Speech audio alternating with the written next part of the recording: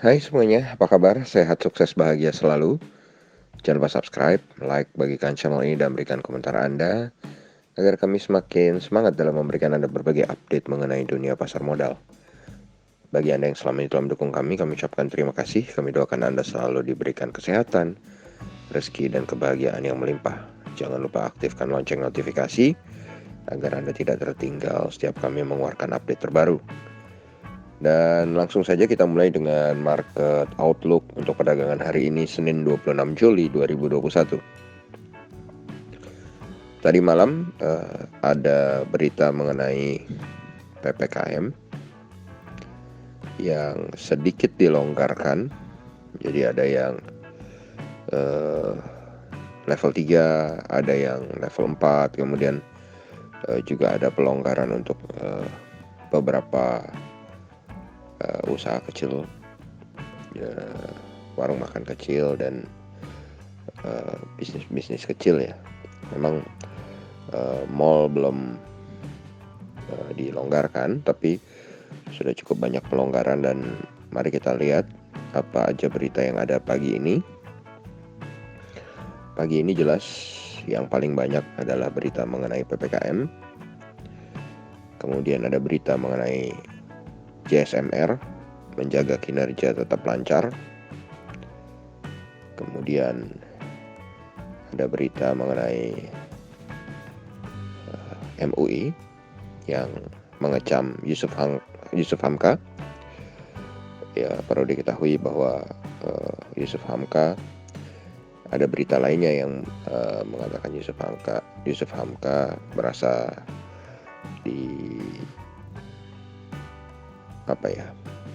diperas oleh bank syariah swasta ya. Kemudian ada berita mengenai IPO Goto. Kemudian ada berita mengenai indeks saham teknologi global yang kalau kita lihat Nasdaq naik secara year to date adalah 19%, Hang Seng malah minus 13,74%. Chinese Index Chinese Next Index atau ya, indeks teknologi Cina plus 12,7%. MSCI Information Technology Index 13%. Tapi IDX Tekno kalau kita lihat naiknya luar biasa 503%. Luar biasa ya. Kemudian ada berita mengenai Citi Indonesia yang menargetkan untuk masuk atau menambah dananya di Indonesia 1,5 sampai 2 kali lipat sehingga mencapai minimal 15 miliar US dollar atau 20 miliar US dollar sampai akhir tahun. Kemudian ada berita tentang derasnya aliran dana asing yang masuk ke pasar saham.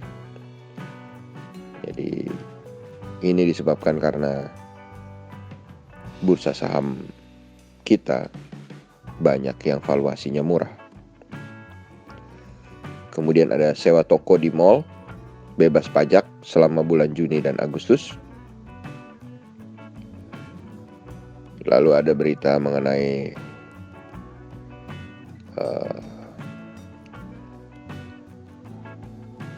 UVCR. Jadi UVCR yang akan listing tanggal 27 Juli. Kemudian ada berita mengenai okupansi rumah sakit turun. Kemudian ada berita mengenai transaksi kartu kredit yang mulai bangkit. Lalu ada berita mengenai bank syariah perlu sentuhan. Jadi dengan adanya kasus Yusuf Hamka ini, pemberitaan mengenai bank syariah jadi sedikit negatif ya.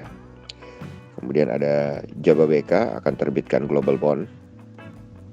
Jadi 350 juta US dollar. Jababeka ini kode sahamnya adalah KIJA, kawasan industri Jababeka. Kemudian ada berita mengenai investor asing kembali masuk ke SBN dan juga ke saham.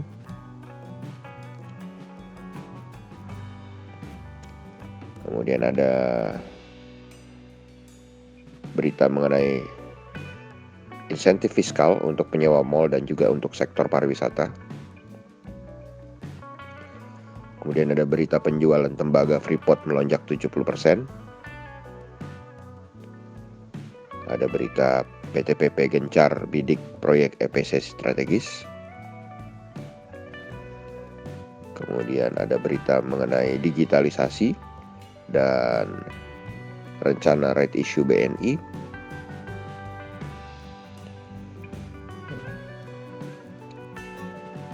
Kemudian ada berita mengenai Bank Syariah Indonesia gelar vaksinasi masjid ke masjid.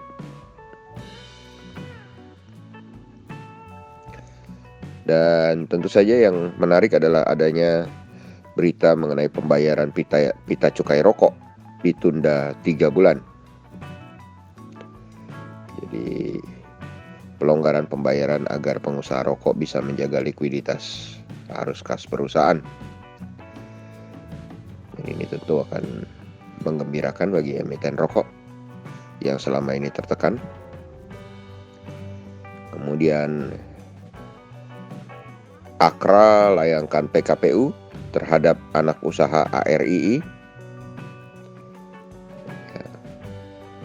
Jadi Atlas Resources Indonesia ARII. Kemudian ada transaksi digital bank yang semakin melejit. Kemudian ada aksi korporasi BNI yang melakukan buyback saham di tengah wacana right issue. Kemudian ada berita pemerintah Amerika Serikat terancam gagal bayar utang, di mana utang Amerika diperkirakan akan mencapai batas atas plafon pada 1 Agustus.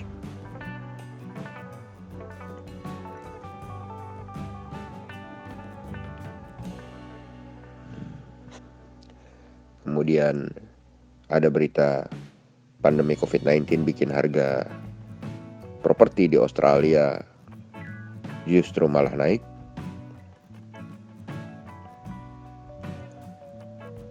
Jadi sebagian besar kota di Australia mengalami kenaikan yang karena suku bunga yang sangat rendah ya, yang disebabkan oleh suku bunga yang sangat rendah dan dukungan pemerintah untuk pasar properti selama pandemi. Kemudian berita ada dari BEFIN, di mana BFI Finance mencetak laba bersih 487,42 miliar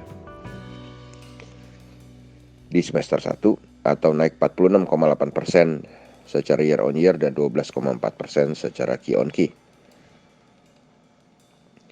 Kemudian ada berita mengenai MLPT atau Multipolar Teknologi yang bekerja sama dengan Helios Informatika Nusantara memperkenalkan aplikasi persuratan mail app.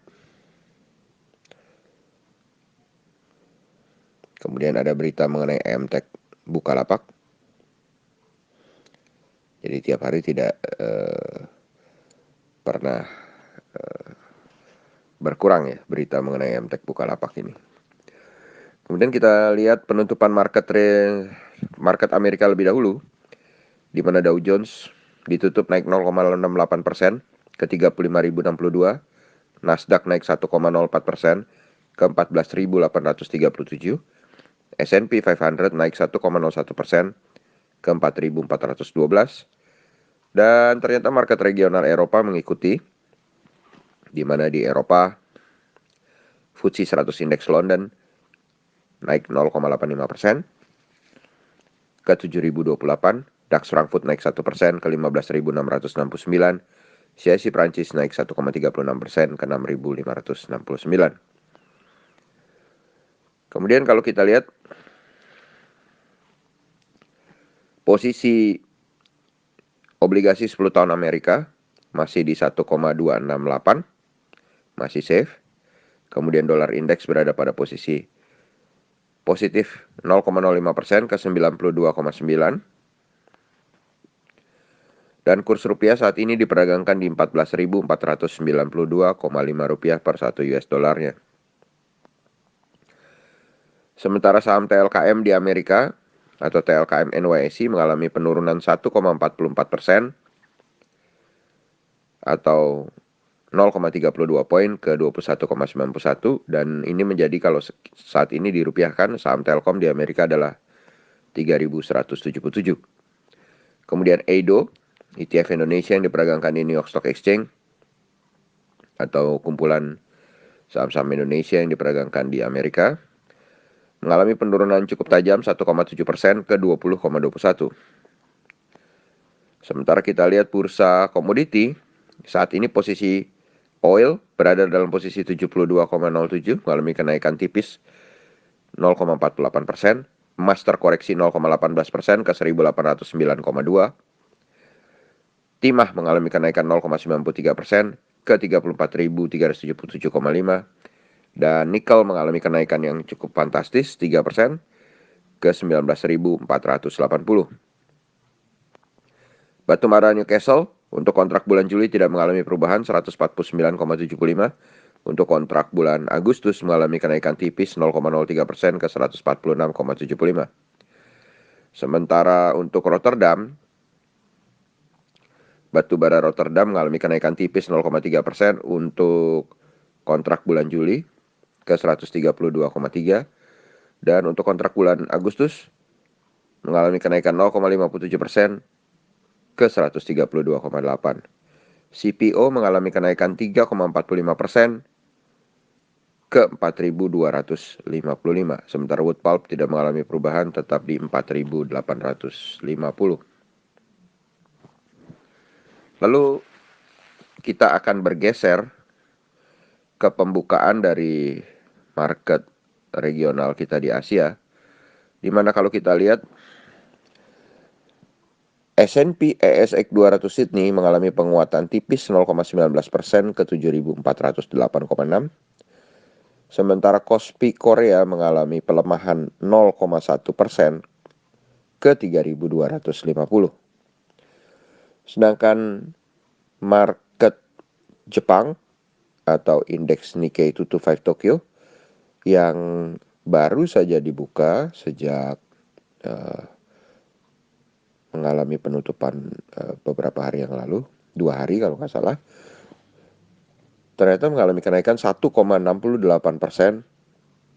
ke 28.009,580. Dan kalau kita lihat saat ini posisi Dow Jones Index Future berada dalam zona merah, mengalami koreksi 0,31% ke 34.844.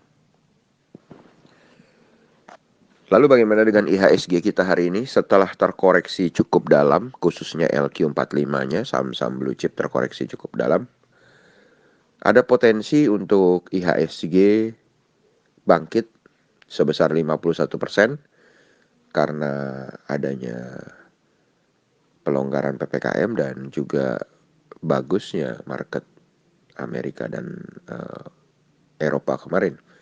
Sedangkan kenapa hanya 51%? Karena kita lihat antara Kospi dan S&P ASX 200 ini ternyata tidak sama ya, tidak hijau semua. Dan demikianlah apa yang bisa kami sampaikan kali ini. Semoga bermanfaat bagi kita semua. Tetap sehat, tetap semangat, maju terus untuk mencapai profit maksimal dengan mengedepankan risiko. Dan yang paling penting adalah jangan lupa untuk selalu berusaha berbahagia walaupun keadaan sesulit apapun, untuk meningkatkan imunitas kita. Sampai jumpa.